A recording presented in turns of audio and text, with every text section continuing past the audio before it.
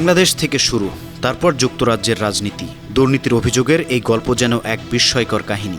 আর সেই গল্পের কেন্দ্রবিন্দুতে রয়েছেন বাংলাদেশের সাবেক প্রধানমন্ত্রী শেখ হাসিনার ভাগ্নি টিউলিপ সিদ্দিক, যিনি ব্রিটিশ লেবার পার্টির প্রভাবশালী নেত্রী। দুর্নীতির অভিযোগে আন্তর্জাতিক তদন্তে উঠে আসে টিউলিপের নাম। তারপর শুরু হয় চাপা সমালোচনা। যুক্তরাজ্যের আর্থিক খাতের দুর্নীতি দমন তার প্রধান দায়িত্ব ছিল। সেখানে নিজেই অভিযুক্ত হওয়ায় টিউলিপের রাজনৈতিক জীবন পড়েছে প্রশ্নের মুখে। অবশেষে তিনি পদত্যাগের ঘোষণা দেন।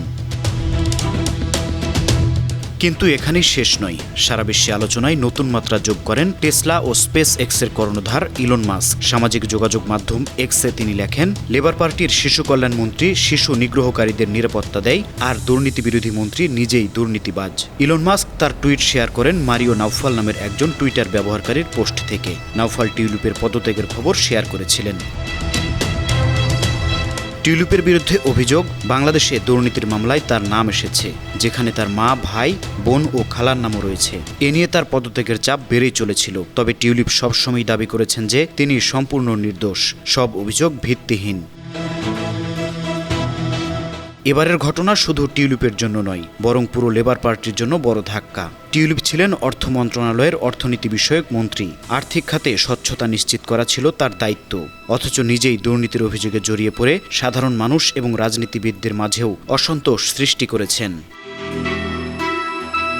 কিভাবে এমন একজন প্রভাবশালী নেত্রী এত দ্রুত আন্তর্জাতিক সমালোচনার মুখে পড়লেন? টিউলিপের রাজনৈতিক ভবিষ্যৎ কি এখানেই শেষ, নাকি তিনি নতুন করে ফিরে আসবেন? আর ইলন মাস্ক কেন হঠাৎ এমন কড়া ভাষায় প্রতিক্রিয়া জানালেন? এসব রহস্য এখনও স্পষ্ট হয়নি। কিন্তু বাস্তবতা হচ্ছে, এসব ঘটনা শুধু একটি নির্দিষ্ট নেত্রীর বিষয় নয়। রাজনীতিতে দুর্নীতি, ক্ষমতার অপব্যবহার এবং দায়িত্বজ্ঞানহীনতার বিরুদ্ধে নতুন সমালোচনা জন্ম দিয়েছে।